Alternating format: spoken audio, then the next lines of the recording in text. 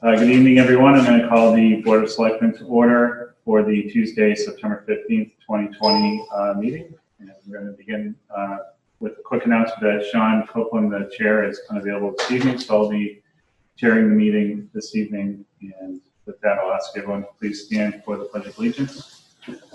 Pledge allegiance to the flag of the United States of America and to the republic for which it stands, one nation, under God, indivisible, with liberty and justice for all. Thank you.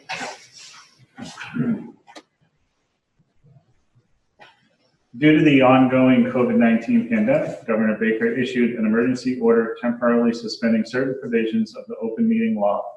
Public bodies otherwise governed by the open meeting law are temporarily relieved from the requirement that the meetings be held in public places, open and physically accessible to the public, so long as measures are taken to ensure public access to the body's deliberations through adequate and alternative means. This meeting will be broadcast on Channel 8 and Zoom. The public may participate remotely by following the call-in information on the bottom of the live broadcast screen. For the Zoom meeting information relating to remote participation, please contact Cindy Knox, IT Director at cknox@ayer.ma.us or 978-772-8252 prior to the meeting. Thank you. Do we have any changes to the agenda? I don't. I'll make a motion to approve the agenda as presented. Seconded. All those in favor? Aye. Chair says aye. And we do have one announcement this evening. The Ayer Recycling Committee is once again coordinating the annual town-wide cleanup. It will be held on Saturday, October 3rd from 9 a.m. to 1 p.m. Drop by Depot Square across from the Owen Jacobs Salon to pick up bags and gloves. If you have your own work gloves, you're welcome to bring them. Participants will be required to wear a mask when unable to social distance.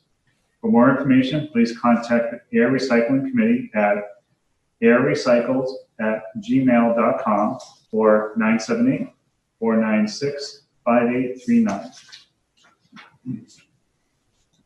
All right. Is there anyone on the phone or on the line for public input this evening?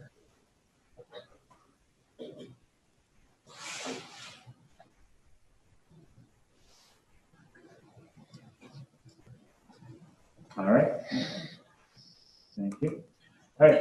First item on the agenda we have this evening is Superintendent Mark Wetzel, Department of Public Works, with their presentation regarding wastewater capacity. Good evening, Mark. Great. Thank you. Let me put video myself here. There you are. There, and Carly is sharing the screen. So what I wanted to present to you was looking at the water and wastewater capacity. And the reason why this was timely is we were approached by two different out-of-town groups to to see if they could connect to our water and or wastewater system. And also Nasoya has requested an increase in their water and wastewater permit of up to 80,000 gallons per day. So we've been working with three different parties on our ability to provide them with water or wastewater service. Groton, we have an intermunicipal agreement with for a flow of up to 40,000 gallons per day. They're way under that right now, but we do get significant revenue. We put in minimum flow revenue requirements, and then beginning, I believe it's this fall, they will start paying a connection fee that's paid over a 10-year period. Also, Littleton approached us. They were looking at sewer options. I don't know how much you've paid attention to Littleton. They've been trying to put a sewer system in there for about 15 years, and we're getting nowhere. So they said, well, maybe we could interconnect with Ayer. So we had a number of meetings. I provided them with a lot of information. They provided me with some information on how much flow they were looking for. And then I received an email from them yesterday that said that, no thanks, they're going to build their own wastewater plant. And then also there's a developer on Ayer Road in Harvard across from the Apple Works building that is looking to put in some over 55 and assisted living units. And so he asked if he could connect to our water and sewer system. And I said, well, the first step is that has to go through town meeting. So with these different projects in the works, as well as a number of developments within Ayer, I figured it was worthwhile to look at our capacity, what kind of impacts there would be, and get some feedback from the board. Just a couple of things to note is the Nasoya increase, what I've estimated their connection fees, and we've given them a number of different options for how they could pay that. But for them to increase their flows, both water and wastewater, is about $1 million in revenue for connection fees and increases. And for the Harvard project, it would be about $625,000. So there's a significant revenue benefit to expanding our system, as long as we can make sure that we can do that safely. Next slide, please. So the first thing we look at is our water supply capacity is limited by three different things. One is each well has a specific geological yield. How much can you physically pump out of the well? And there's a whole process we go through when we're rating our wells. And then we also have pumping and treatment systems that have certain capacities, which generally we size those to meet the yields of the wells. And then we also have a Water Management Act withdrawal permit that says on an average basis, we can only withdraw this much from each supply over the year. And so that's limited, and I'll get into how those factor into our capacity analysis. The wastewater capacity is a little different. We have a capacity at our wastewater treatment plant that will handle a certain amount of flow, and we generally look at what the average flow is there, and what and then we have the system designed so it'll meet short-term peak flows, but really the design capacity is based on the average flow. We also have a discharge permit that it's up for renewal next. We're starting the process right now, and that generally sets what the discharge is, which is the design of the plant.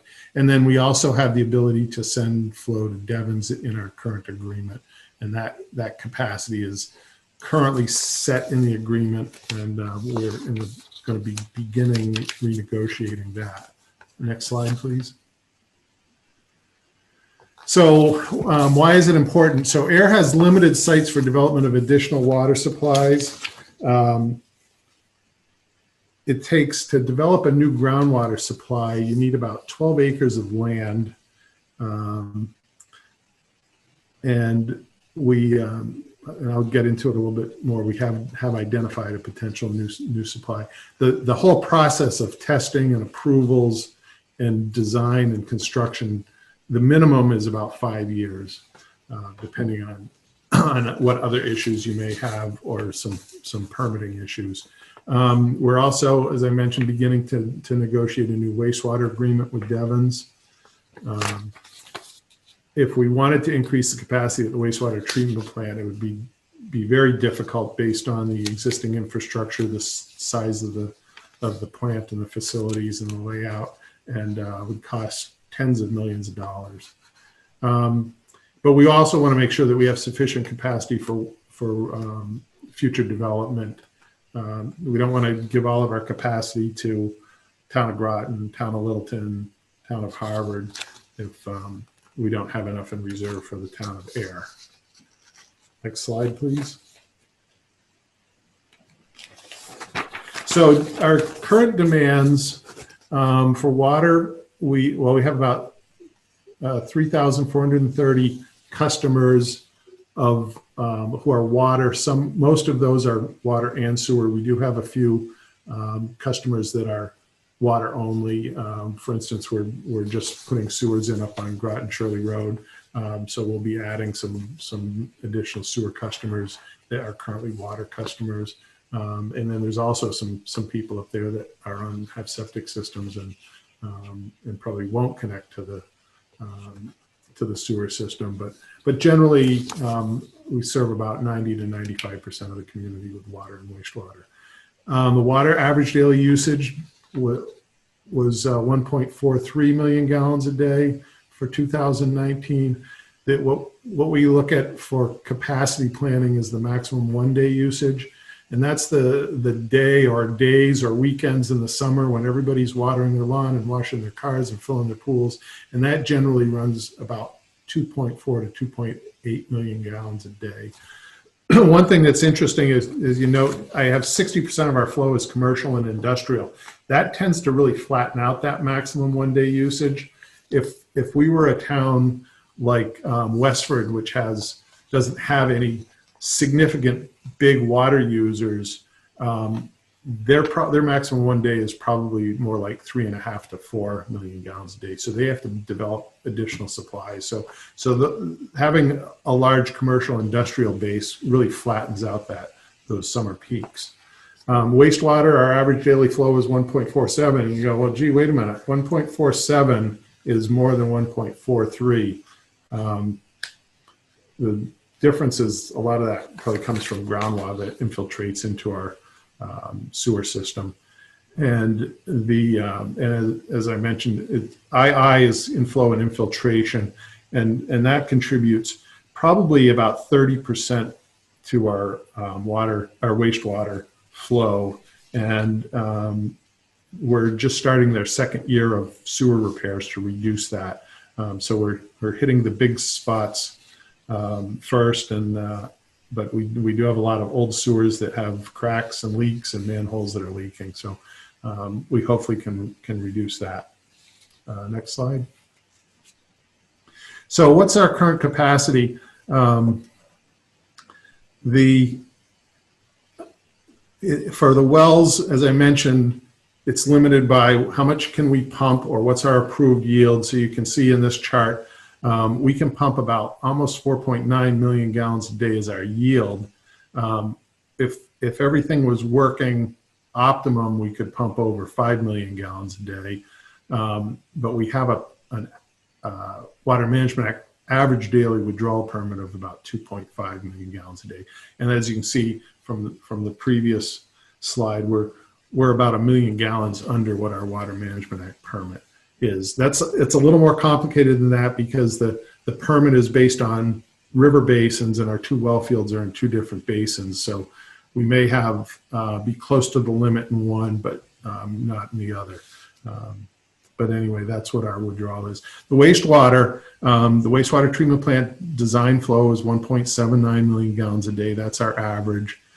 We have another 800,000 or 0.8 million gallons a day from the Devon's agreement for a total of 2.59. One thing I should point out is the DEP generally, when your wastewater treatment plant gets to about 80% of your design flow, you have to present a plan for how you're going to meet future flows and meet your future flows. And that's what promulgated the Devon's agreement back in 20 years ago. Was the town was approaching the 80%. We had a lot of development on the books, and so it was determined that buying capacity at Devon's was the best option. So next slide, please. So I worked with the planning department, and we put this table together to show what developments we know that are either in the approval, have been approved, or in the approval stage, in the construction stage, or in the planning stage, and how many units that would be. And then based on that, we estimated how much water and wastewater. So it looks like about 0.26 million gallons a day of water and wastewater each would be required if all these were developed. So the first part of the water supply capacity analysis. So I've been doing this type of work for about 40 years, so I kind of know what works and what doesn't work and the best way to do it and make sure you have a good water supply. So, so we base our capacity analysis on the maximum day demand with one well out of service. Can you meet that criteria? And that one well out of service may depend on if you have 3 little pumps and 1 big pump, you'd probably want to say, well, let's take the biggest pump out of service. But all of ours are about the same, so we take an average of the wells out of service. My water projections that I used in this analysis are pretty conservative. I'm assuming that they're all going to be water users like a single family home, but if you saw in the potential development table, a lot of those are multi-unit houses or developments that don't have big yards, that don't have a lot of outdoor water use, so it's fairly straightforward. And that's what we're seeing now in town is multifamily and these open space incentive developments. So they're not using as much water as other single family houses currently do. And as well, go back please. There's a whole bunch of different ways for estimating future demand projections. I looked at, I think I did 4 different future demand projections and kind of pick the one that looks the best from my point of view. If you go back in one of our previous master plans and look at the water demand projections, they were projecting we're going to be using twice as much water as we are today.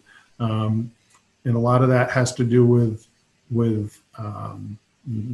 when they did the projections, which trends they use. And also I think the new plumbing code has really reduced the average, what I call per service consumption. And a lot of people think we use a per population or per capita trend to calculate our demands. And I found that's pretty inconsistent because I always know every year how many water services we have, but I don't know how many people live in those houses. So you're kind of guessing on your service population, but you always know how many services you have. And then you can break those down into different categories and come up with what we call a per service demand for each category. Next slide, please. So this is just, there's a whole bunch of calculations in my spreadsheet that come up to where we are here. But the blue line is the average day demand. And so you can see that that's well within our Water Management Act permit. And then the red line is the maximum day demand, which is basically what we look at for our maximum supply capacity. And the maximum supply capacity, as I mentioned, was with 1 well out of service. So based on this, it looks like we have enough water for at least the next 15 years. And again, that can change. As you see with the historical maximum day demand, that's kind of a zigzag up and down. And we've got a couple years that are pretty low. And this year, or 2019, we had an outdoor water ban on, so that dropped that significantly. So that can vary year to year. And there's some ways we can overcome that. So next slide. So for the water supply capacity, it appears that we have sufficient water supply and treatment capacity through 2035. We have identified an additional groundwater supply well near Spectacle Pond. We've done the preliminary testing on that. I'll put some money in my budget for next year to do what we call the prolonged pumping test, which begins the new source approval process. What's nice about that site is it's town-owned land that we, for some reason, we bought a nice piece of land that you can set a well right in the middle of. And since it's next to Spectacle Pond, we can tie that into the existing treatment plant. And then we also developed an interconnection with Devon's 2 years ago, and that could be used as a long-term solution for meeting summer demands. We don't have an intermunicipal agreement, so at this point it's more of an emergency supply, but But Devon's does have excess capacity, and if we needed to do something in a hurry or develop some additional supplies, we could negotiate an agreement with them. Next slide, please. So the wastewater treatment capacity is a little different. That's based on our 12-month running average. So every month we submit a report to the DEP and the EPA that says this is what our actual flow was for the month, and this is what our 12-month running average is.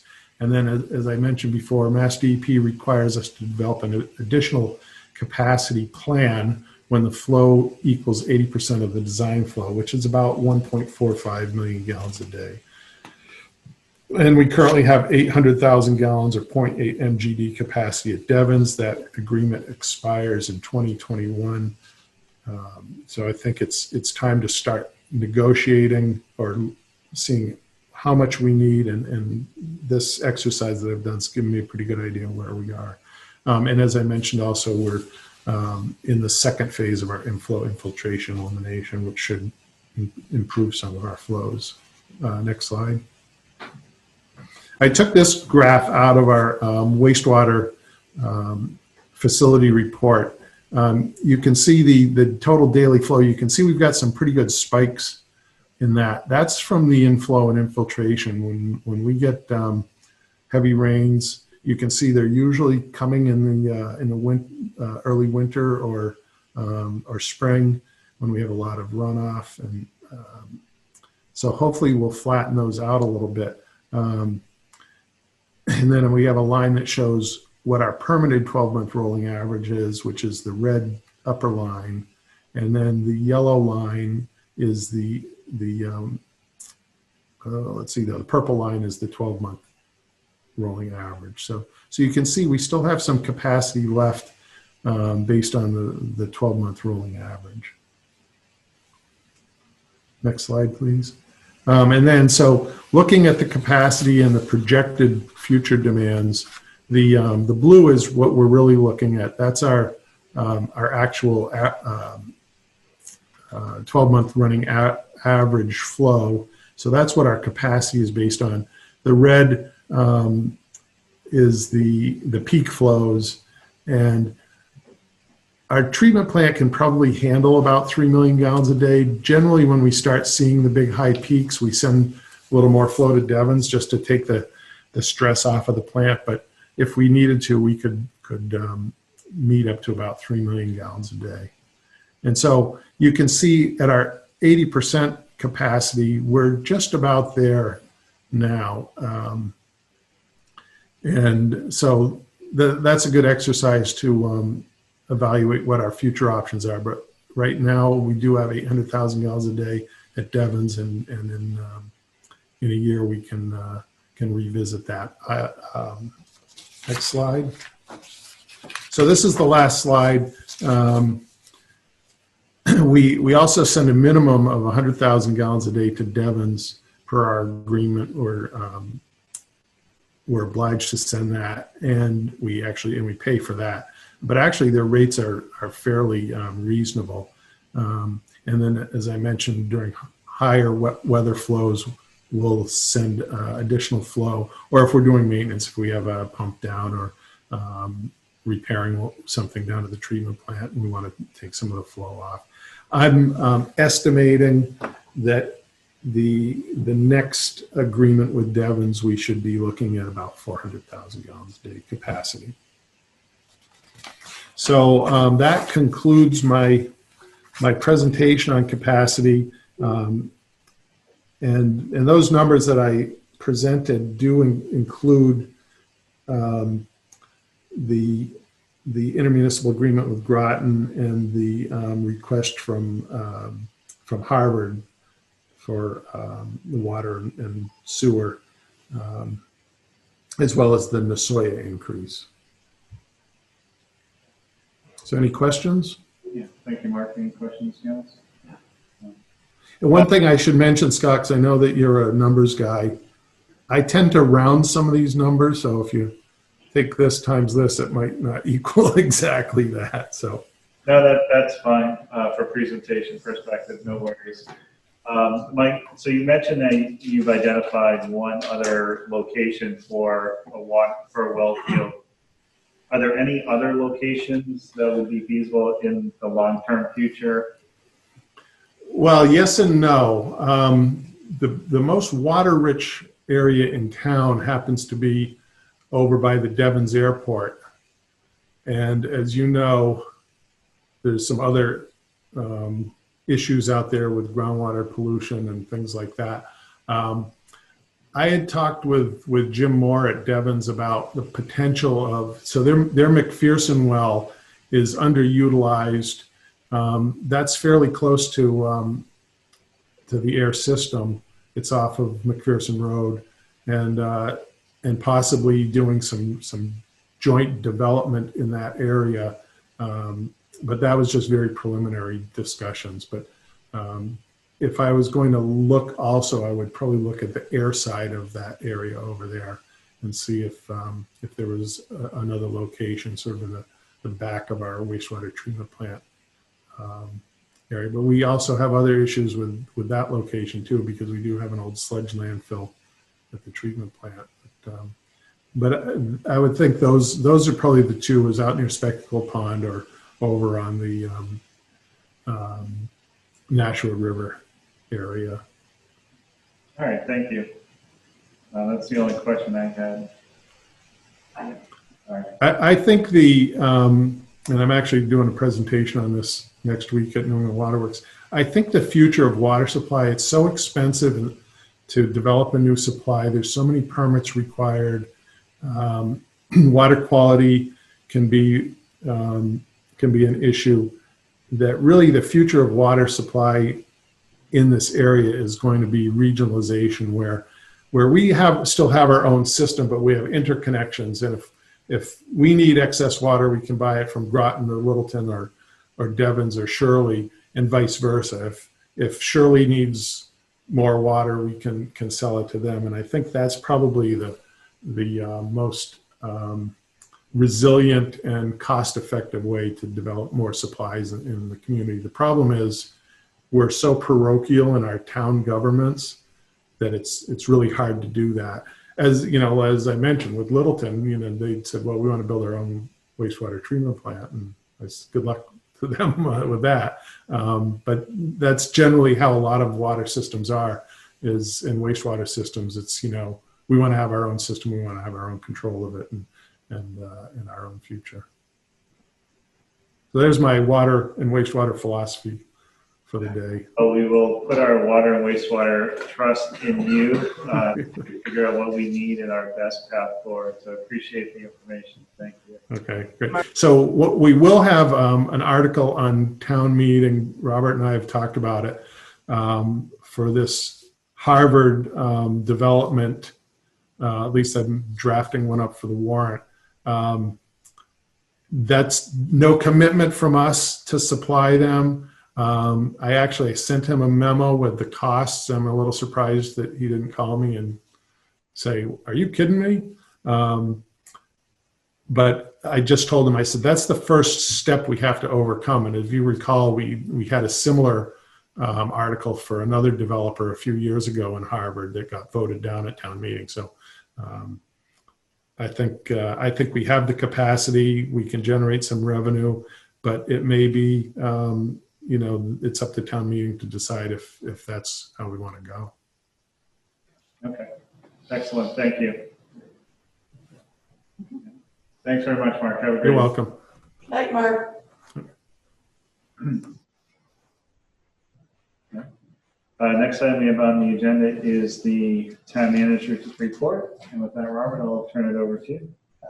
Selectman Hood, Selectman Livingston, good evening. I hope that you all had a great Labor Day. I'll get right into the report. So under the administrative update, you have in the packet the various town warrants that were reviewed and approved since the board last met on August 18th.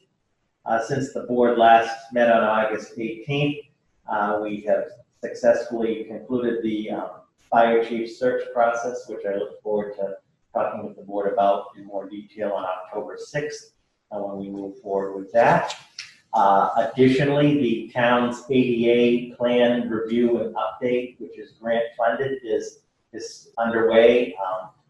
What's called the self-evaluation was completed with MRPC, visiting all of the town's assets and doing that analysis. So the next step will be putting that report together and developing a transition plan, and we'll have the appropriate public update for the board. And also one of the components of the ADA plan update is also a public input opportunity as well on that. So it is moving forward, which I'm pleased with, especially given the interruptions with COVID-19 and so forth.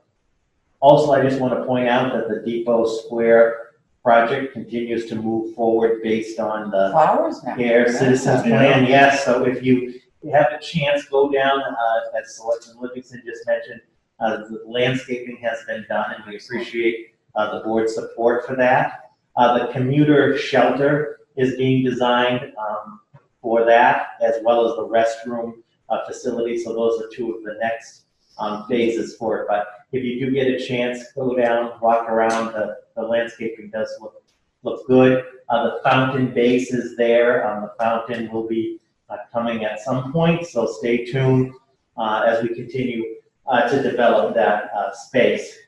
Also, I just want to point out that the facilities department is completing the replacement of the town hall boiler. We've replaced the boiler with a much more energy efficient boiler, and that was largely grant funded through the Green Communities Grant.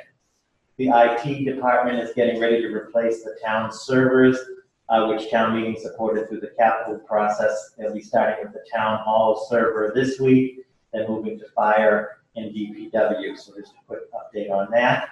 Also, phase 2 of the town hall access controls for all of the offices is about to start, which will be nice to have that complete. That was another capital project.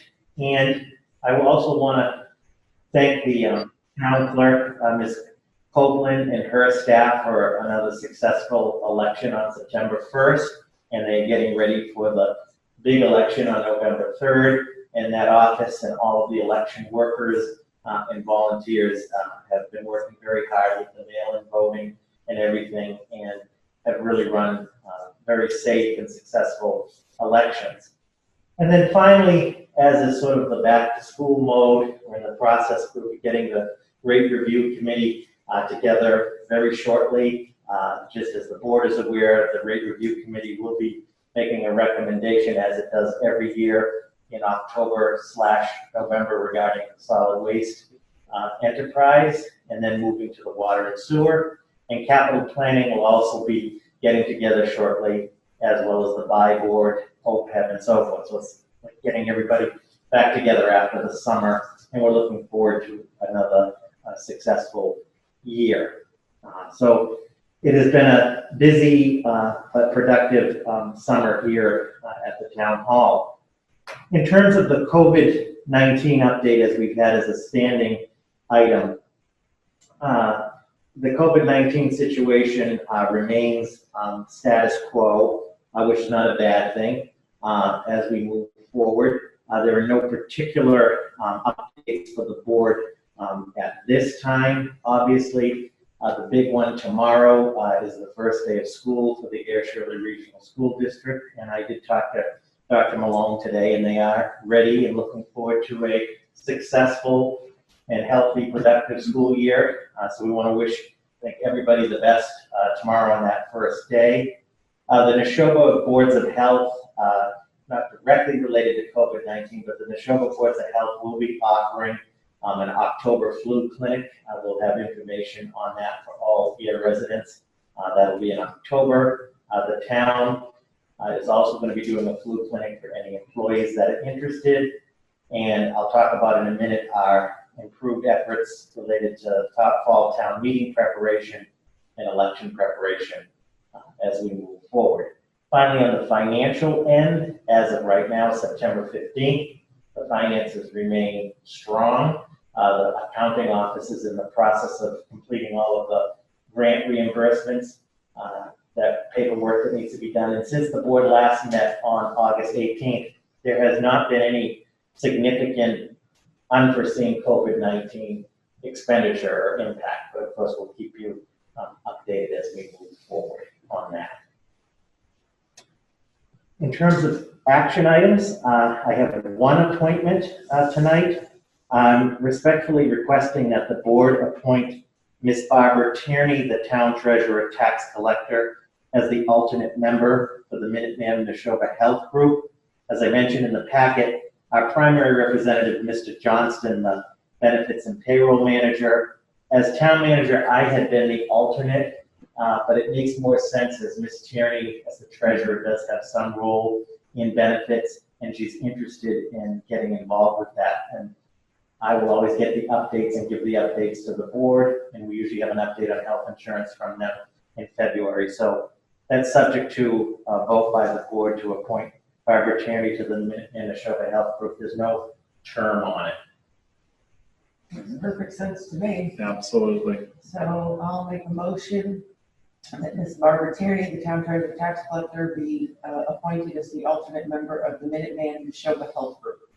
I will second. All those in favor? Aye. And the chair says aye. Congratulate Ms. Tierney tomorrow for us. Thank you. Kevin's gonna start missing meetings just so she'll go. Yeah, there you go. The next item, item 4, and there is a draft letter in the packet for the board's consideration. As the board is aware, over the summer, the portion of the Nashua River that's actually in Devens, there were 2 instances where unexploded ordinances were picked up off of the bottom of the Nashua River. Granted, they were detected by a resident using a boat and an industrial-sized magnet, but nevertheless, the Massachusetts State Bomb Squad through the state police got involved, Devens got involved, the EPA, District 1, which we're in, is involved, and the U.S. Army. It is concerning in both instances that live munitions were found on the bottom of the river that's used by folks for recreation, all kinds of purposes, and were unexploded.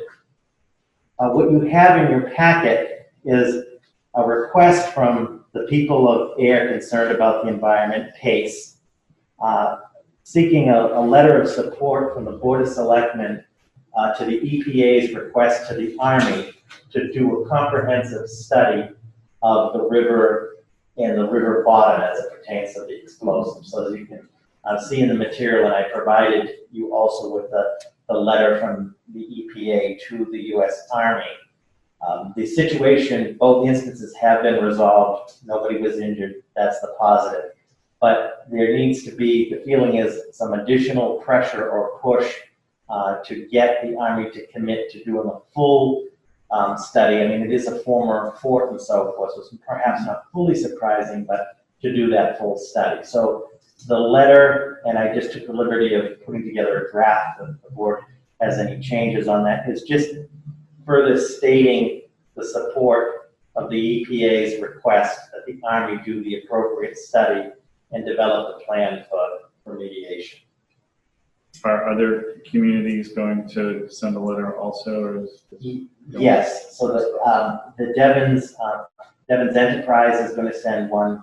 I understand Shirley is, and Devens passed that through the DEC, the Devens Enterprise Commission has passed a regulation since this happened prohibiting the use of magnets on boats for this purpose. So they're also trying to be proactive where the river is technically in their jurisdiction.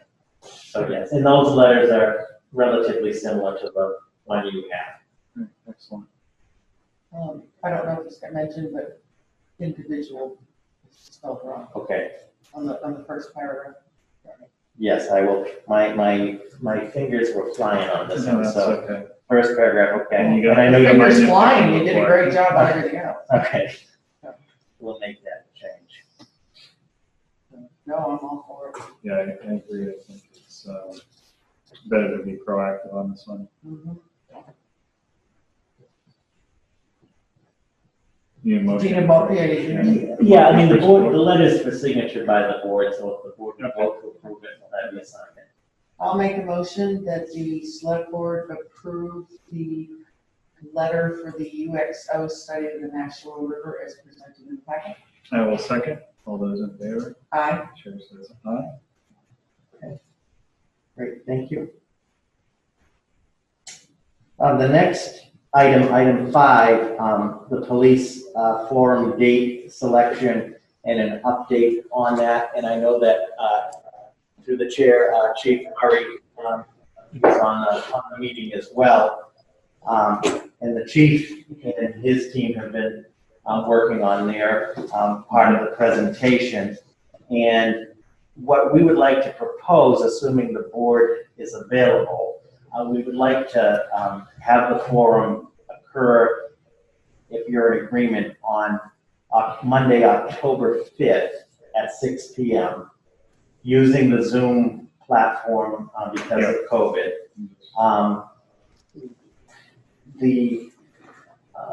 That's what we're proposing as a date and time.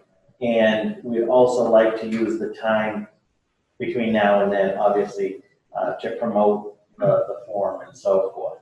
So I don't know what your schedules look like, if that works. That date works for me. And it should work for me also. Okay, so we said the 5th at 6 p.m., right? Yes. Okay, and the chair, I know isn't here this evening, but he did not have any issues with any dates of that week. We also thought that would be appropriate too, in that that's National Community Policing, happens to be National Community Policing Week, but I think it works well, as we said we would do the forum in September, the end of September, beginning of October. And through the chair, Chief, did you have anything you wanted to add? Oh, nothing further. Thank you for the consideration. So we will prepare that date and time and move forward with that. Just asking the board, obviously there'll be, a public input component to it. We also had discussed about giving people the opportunity and encouraging also to submit questions in advance as well. I'm assuming there's no objection to that. I think that's a good idea, because there's always a chance that someone wants to ask a question and they're not going to necessarily be there, or they're afraid that there'll be so many that they won't be able to get their question in. So I think that would be a good idea. Yeah, I think submit the questions beforehand, and then one of the formats that the school's been using with Dr. Malone for her meetings is, while she's presenting the meeting, there's someone watching going through the chat, collecting questions in the chat, and reading them out, kind of trying to group them together, because you have some redundancies in some of the questions. So that way we can just kind of collect things, and it doesn't, we can have the submission beforehand, but also some live questions. Yeah.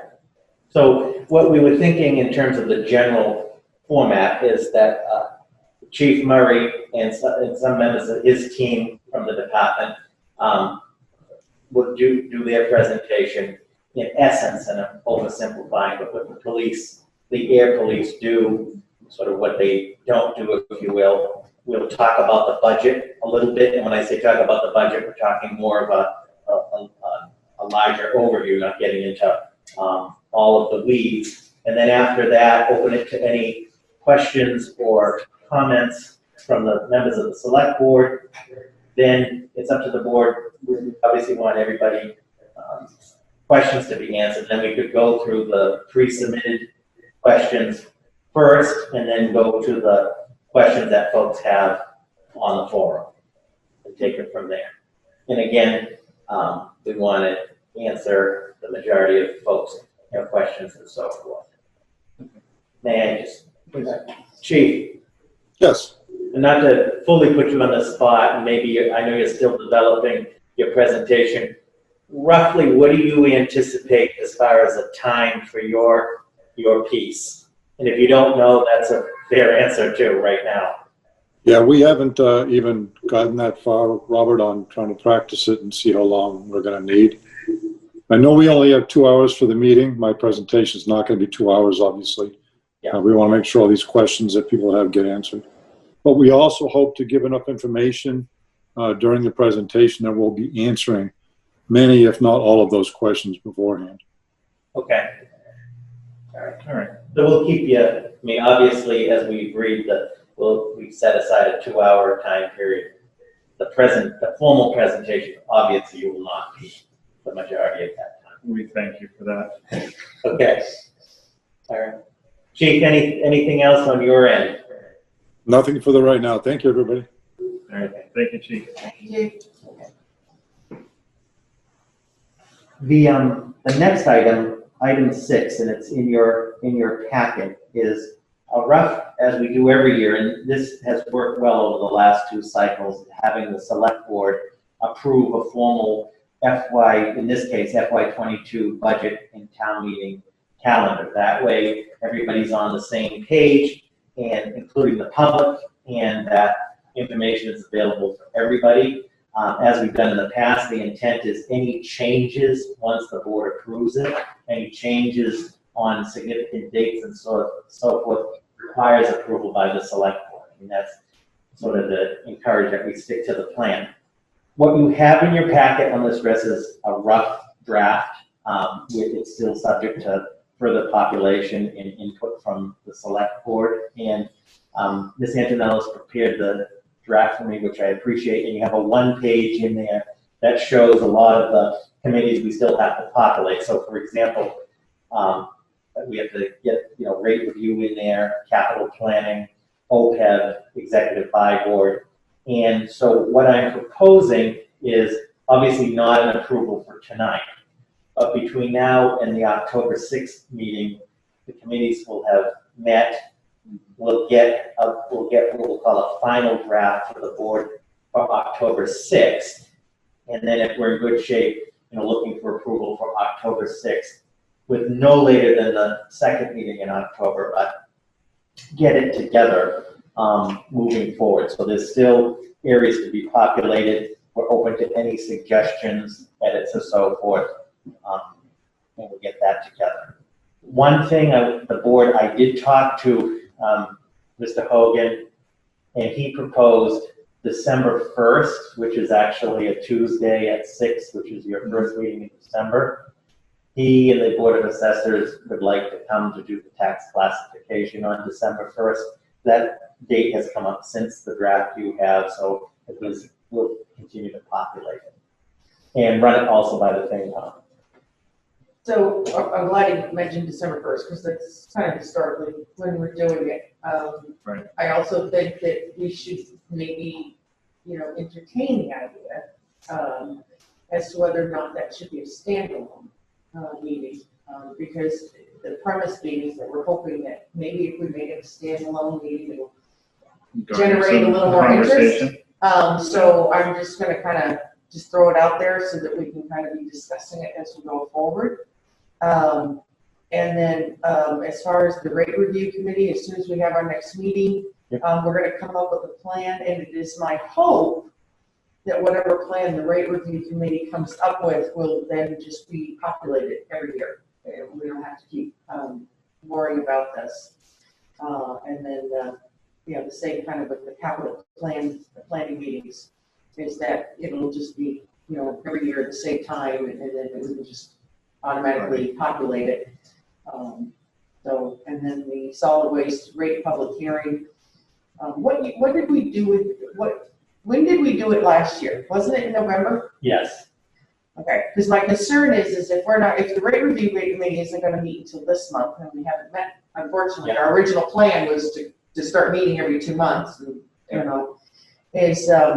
I know that sometimes they talk about wanting to meet in October, but I don't want the rate review committee feeling like the first time they meet, they gotta hurry up and make a decision because, 5 minutes later, they're coming before the board. Oh, no, agreed. I agree with you. So, mean, the permits and everything, I know they like to sell them early and everything, but I think the selling them early is starting to get a little more this way, and I think we need to just go a little bit more that way to allow the rate review committee to meet and allow the board to be able to make whatever decisions they're going to be asked to make. You mentioned doing the taxes as a standalone. What if we were to do a standalone meeting that was the taxes, but also approval of the rate? So that would buy until December 1st, and then in a single night, we would have those two action items. Not a bad idea, except for the fact that they tried to start selling the transfer station permits early. And so at the beginning, when they switched to the calendar year, they started like selling them on December 1st, and now they're like pushing it into November. And they want, you know, the board to make the decisions in October. And I see we're getting pushed more and more left. Yeah, no. And I think we need to go a little bit more right. Same reason why pumpkin beer is available in like August. Right, Same type of so, thing. I understand wanting to get the permits, you know, sold, you know, prior to Right. January 1st, when January 1st you can hit the ground running. But I'm gonna talk to them, so that is an idea. Okay. I think that's not a bad idea, because hopefully then we have, you know, some type of generating or interest, but I do need to talk to them. They're moving too far left. I need them to start moving Yeah, right. if you as a member of the committee is feeling pressured to act sooner than later or in a rushed manner, we should pump the brakes on that. Yes, Make and I sure do feel like members can do their it's job. feeling a little rushed, and Yeah. I'm like, no, Okay. I don't want that. So. And that's for the first meeting, that's actually going to be one of the agenda Yes, items. yes. So I think for right now, respectfully, sort of the homework assignment, take a look at it if you have any thoughts. Also, I just want to point out, because of the changes of town meeting, so if all goes planned as per bylaw, the town meeting will be on the 4th and final Monday of April. And then the election, the annual election will be in May, that changed. But if you think The of, first Monday of May, or, no, Tuesday. yeah, Didn't we it's a move the Tuesday, it's election the to second, Tuesday? it's the second, Tuesday. second Town Tuesday. meeting stayed on a Monday, Yes, election moved to the Tuesday. in May. It's the first Tuesday, or is it the second Second, Tuesday? second. Second Tuesday. So that's on there. So between now and in the interim, so for your packet for the 6th, a lot of these will have more to fill. So we're coming together. If you have any questions, let myself or Carly know. The next item, item 7, sort of the special fall town meeting, sort of an update / discussion. So as the board has set the deadline for warrant articles and citizens petitions is Friday, October 2nd. You have in your packet the, if you will, the warrant articles to date. And as Superintendent Retzel mentioned tonight, you can strike out the last one, the authorization for sewer extension for town of Littleton. So what we have the 3 articles from June 15th, the annual town meeting that were deferred, the UDAG replenishment for 230, the forward funding of the town's pension at 300,000, and the stabilization at 949,139. Those 3 deferred articles. The other ones that we have placeholders for right now, the Affordable Housing Committee is looking to create a Ayer housing trust, which requires approval by town meeting. And a second article to fund that housing trust, at least initially, the thought is to use $50,000 from CPC housing and transfer it there. And then, as the superintendent mentioned, there's the authorization for the water and sewer extension for Ayer Road in Harvard. And so if you look at it as it stands right now, we're not aware of any citizens petitions at this time. There's basically 6 articles. And if action isn't taken on the 3 that were deferred, just so everybody knows, that remains in free cash. So the question, and that I wanted to at least pose for discussion tonight with the board, and it doesn't have to be a decision obviously tonight, is it the will to proceed with the fall town meeting, which is on October 26th? I can assure the board that we will be ready for October 26th. We are in the process of finalizing the plan for the remote overflow room. We talked about doing, not required, but where we can group folks together. I don't want to call it appointments, but we're making some improvements there. That's not the issue. The issue, obviously, if COVID-19 remains either the same or doesn't get obviously worse, and that's up for the board to decide. The point is that we can proceed with the fall town meeting, but it's absolutely not per se required. I mean, those things could be deferred to the spring. And I just thought, and again, we have no agenda either way. I just think in the spirit of discussion, given the way the year has been, is just see what the will of the board is on that.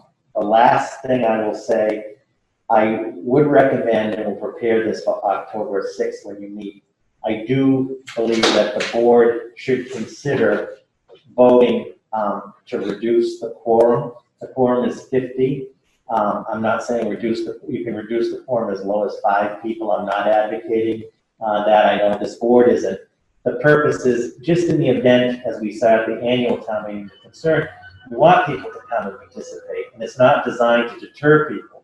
It's when the town meeting starts, if it gets close to losing quorum, I think it's a good insurance policy.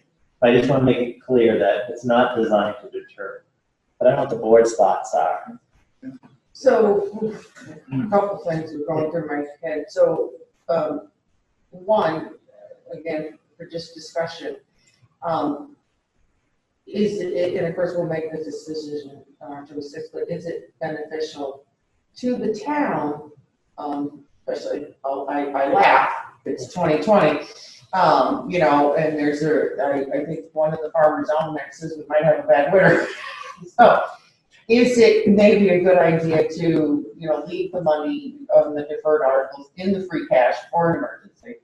Or if we decided not to do that, maybe lower some of the money that we were going to transfer. So that would be 2 thoughts for conversation.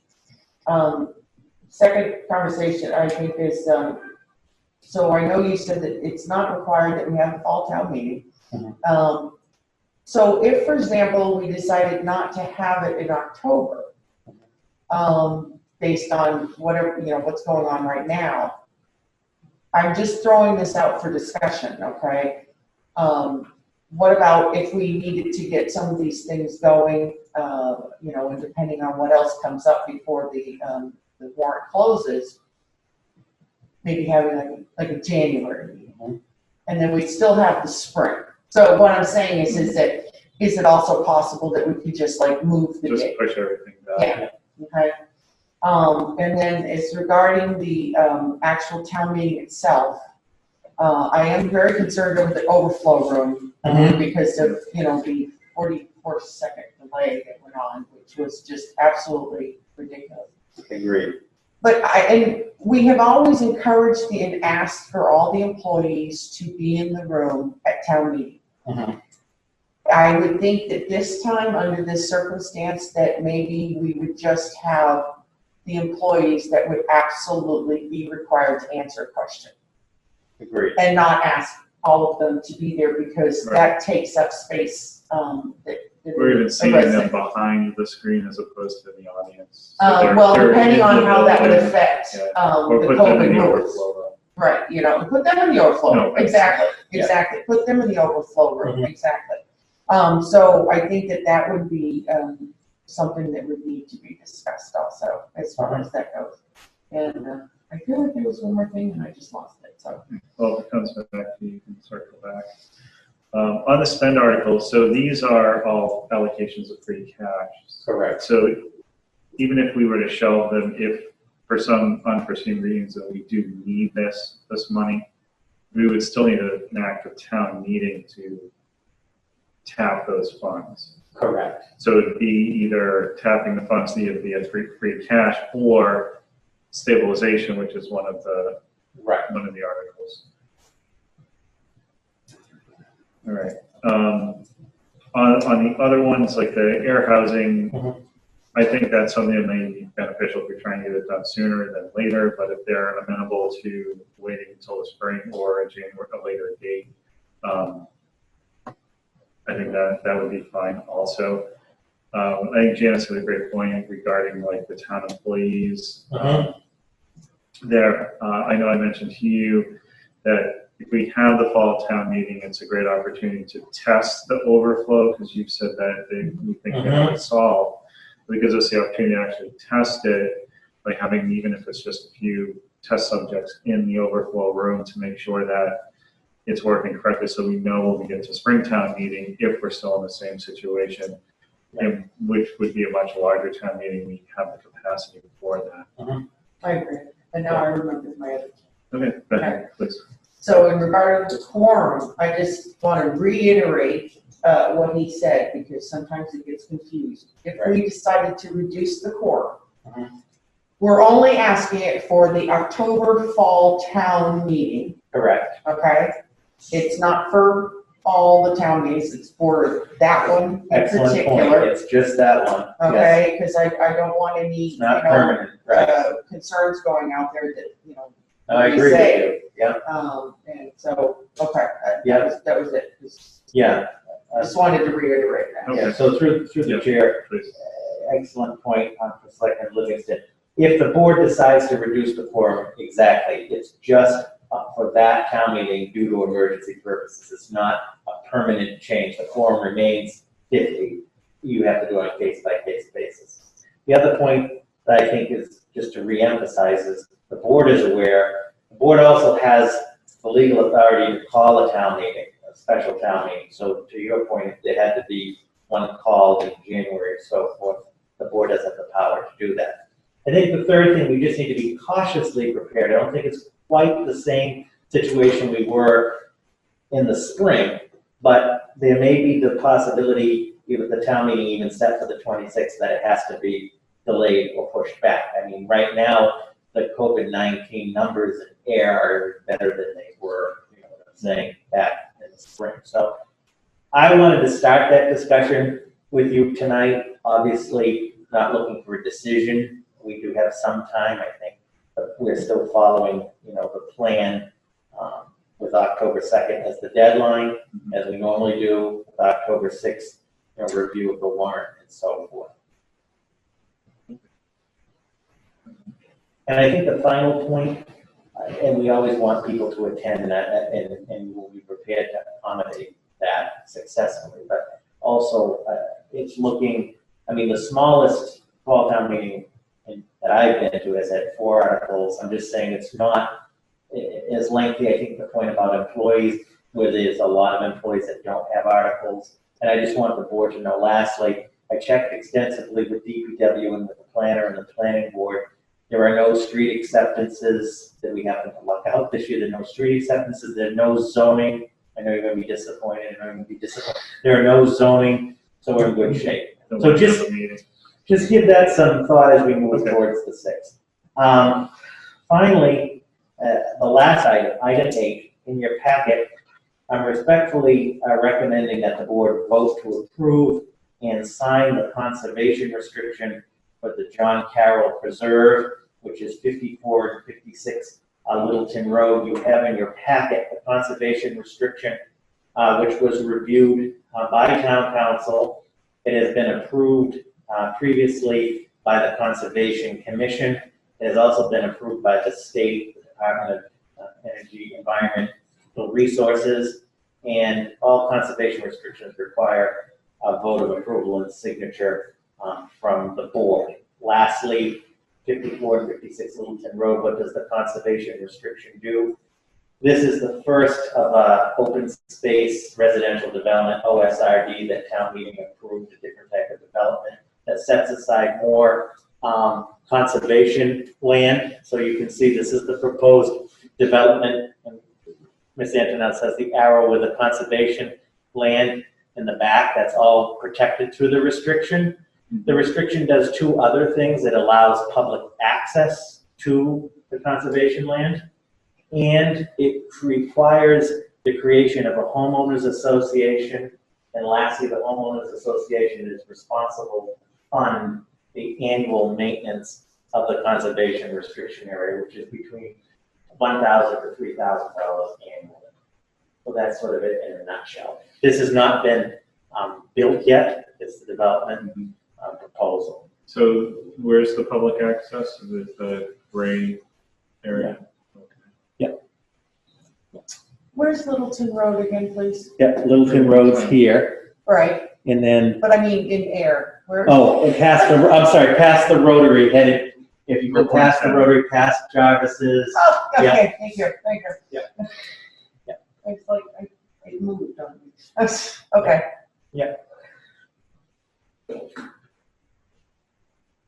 So, Okay. Yes. Did we see this one before? I don't think so. I don't think we so. saw it. The shape kind of reminds me, maybe I'm thinking of a different one. I think what it They're all was, starting to look alike. when the town planner presented the OSRD type of development, he had a slide that was happened to be very similar to this, because the concept is it's closer development that allows the maximum preservation of Okay. conservation land. Okay.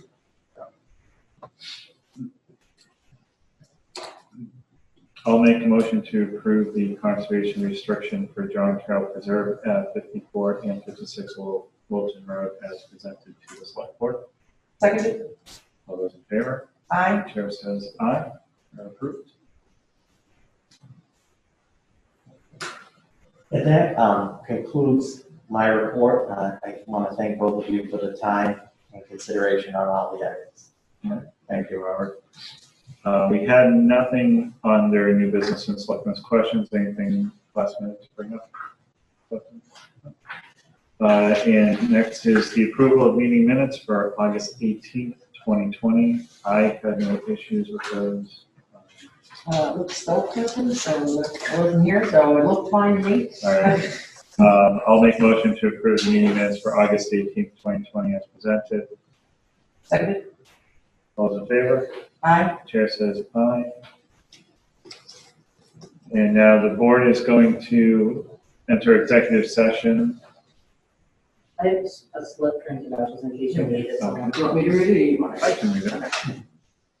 I move to enter into executive session pursuant to Mass General Law, Chapter 38, Section 21A, exemption number 6, to consider the purchase, exchange, lease value of real property for 211 West Main Street, and to adjourn from executive session to discuss these items. Executive session would be detrimental to the town's negotiation strategy. And I will roll call the vote.